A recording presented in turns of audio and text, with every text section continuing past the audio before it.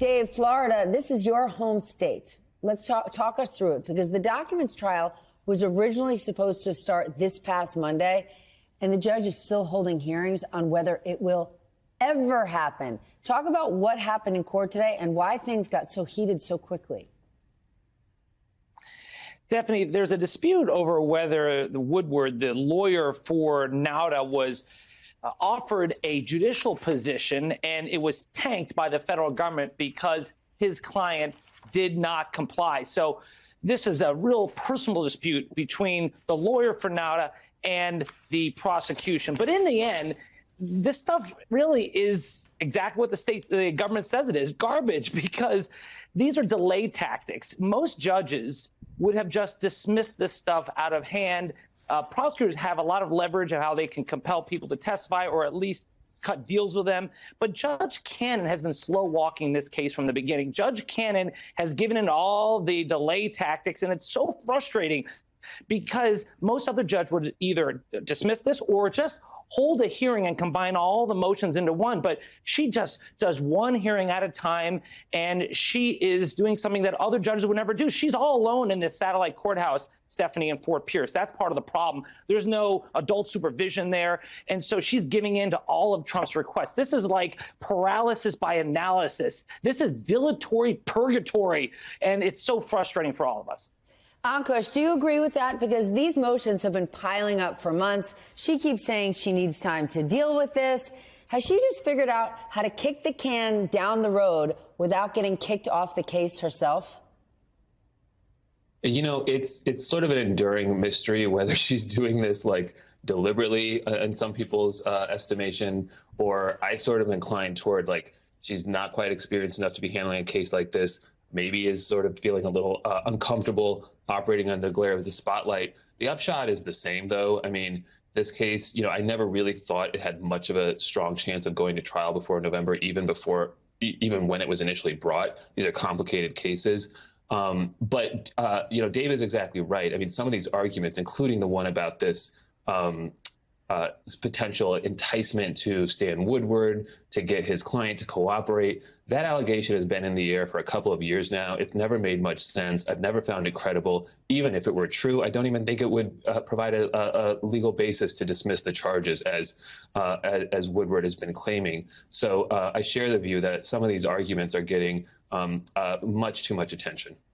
Does Jack Smith have any recourse if Cannon rules against him, Ankush? I mean, he has the same sort of recourse that people have been batting around for a while now, which is, you know, oh, if the ruling is bad enough, maybe he tries to take it up to the 11th Circuit, mandamus, to try to get it off. I've never thought that those sorts of tactics had much chance of success, and they would more likely than not just annoy her and potentially even the appeals court. I think for better or worse, Jack Smith and his team of prosecutors are largely going to be stuck dealing with her for the foreseeable future, unless Trump gets reelected and then just kills the case. Molly, what do you think? There is no sign of a trial date. She seems to be doing everything Donald Trump would love for her to do. You think it's innocent? It's naivete? You think she's just down there in a satellite court by herself, or she's in the tank for El Trumpo? A simple juror. Just a simple country girl. I think ultimately she's auditioning for the Supreme Court. She thinks that if Trump gets reelected, she will be Justice Cannon, and we've heard Trump world say as much. Look, she's totally delaying. And this is a good case. This case, if it hadn't ended up on her docket, it could have been a real case. So I do think that this is not innocent. I don't know why. I feel like everyone is addicted to giving these Trump people the benefit of the doubt. Why? We've seen how MAGA behaves. Should I answer that? Yeah. Yes. Can I answer that? Yeah, please. Because there are much easier ways to kill this case if she was trying to get on the Supreme Court. I mean, she could just dismiss the charges. She could entertain more seriously some of these issues. She could grant the evidentiary hearing that Stanley Woodward asked for today, which would delay this even longer and embarrass the prosecutors. So that's kind of why I can't get all the way there. If she does things like that, right. Hold on. Yeah. If she does things like that, can't the prosecution appeal? It go to the higher court, and the higher court says, no, she's completely out of line, which is what they did a year and a half ago. Dave? Yes, and I think Ankush brings up a good point, but I agree with you, Stephanie. If she goes too far and she gives a final order dismissing this, then Jack Smith has the excuse to go to the 11th Circuit and get her not only reversed, but removed from this case. She doesn't want that. She's already been repudiated by the conservative 11th Circuit already a year ago. She doesn't want to be publicly humiliated again, so she's doing just enough to delay without being able to be appealed and taken off this case. Ankush?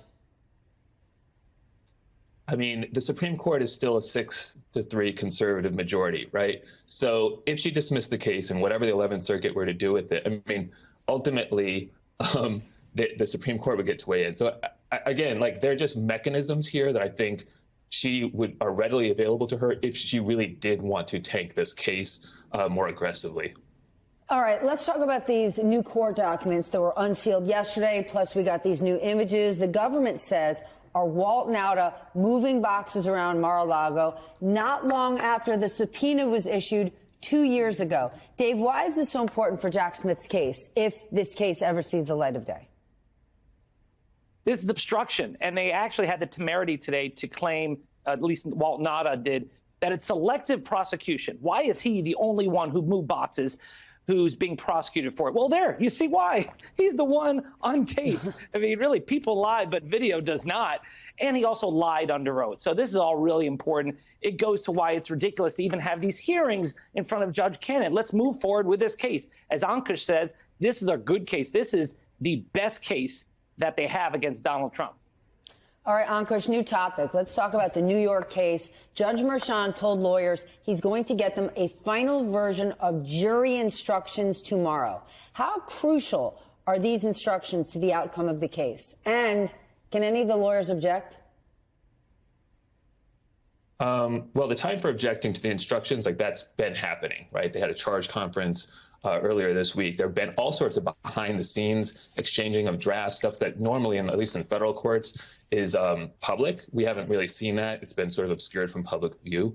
But in this case, I think the instructions are extremely important, actually. There are quite a few issues that are sort of novel, if you will. That doesn't mean that they're improper in any way, but issues that the parties are sort of confronting for the first time, and they've been sort of looking at different types of legal authority to try to make their case. These aren't sort of charges, at least on the facts here, where the lawyers can just pick a pattern jury instruction from like a handbook the way they might normally do. So, and particularly on this question of what Trump's intent needs to be in order to be convicted on these charges, what it means to have the intent to commit a quote unquote another crime, is something that is still, as we're talking right now, and it's an issue that the judge has not resolved yet, but it's critically important for how the parties structure their closing arguments and what the jurors ultimately do.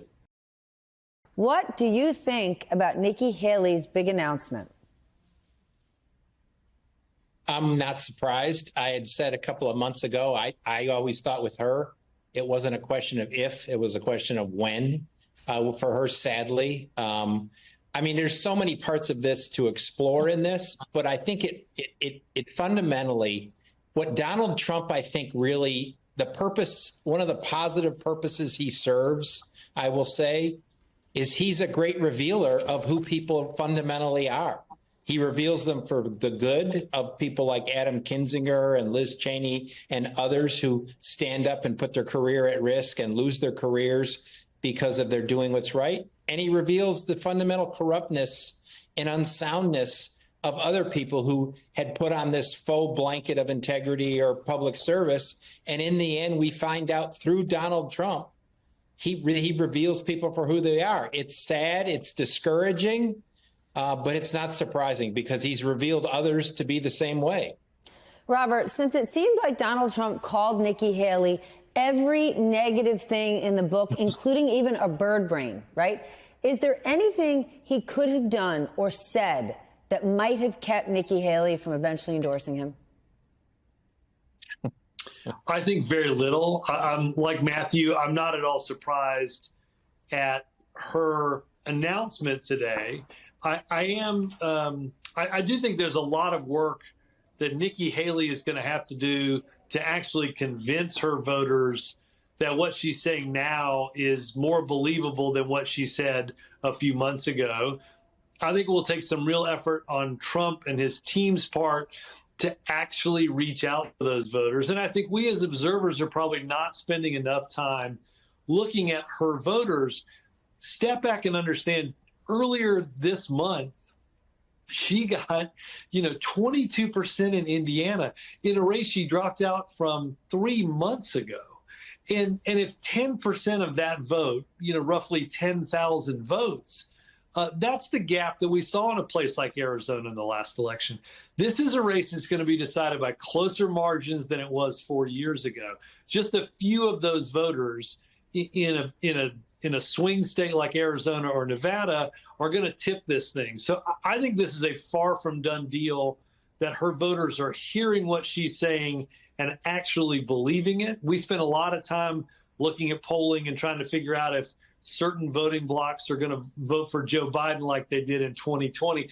I think we should really circle these Nikki Haley voters and dig into what we think they're actually going to do in November. Matthew, could she be the magic touch for Donald Trump, right? I'm thinking I'm going to walk into this Memorial Day weekend, and I guarantee I'm going to hear from people saying, wow, if she's Donald Trump's running mate, well, then I guess I can vote for him. She'll really, make sure he doesn't go off the rails. Will Nikki Haley, as a potential running mate, give all sorts of centrists the air cover they need to say, well, I can vote for him now. Nikki will be there.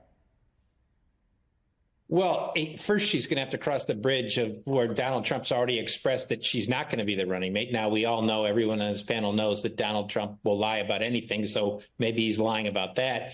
I actually think in his mind, and we could explore that in many different ways, he doesn't think he gains anything by putting Nikki Haley on the ticket. I don't think he thinks he gains anything, and I don't actually think he trusts her. And I think the number one criteria for Donald Trump is not, will it help me win an election? Is it, will this person do everything I tell them to do? And will they enable me in all that I want to do? And will they not argue with me? And will they do what Mike Pence wouldn't do? That's what I think his number one criteria is. And I don't think he believes Nikki Haley satisfies that criteria. He doesn't trust Nikki Haley will satisfy the Mike Pence criteria.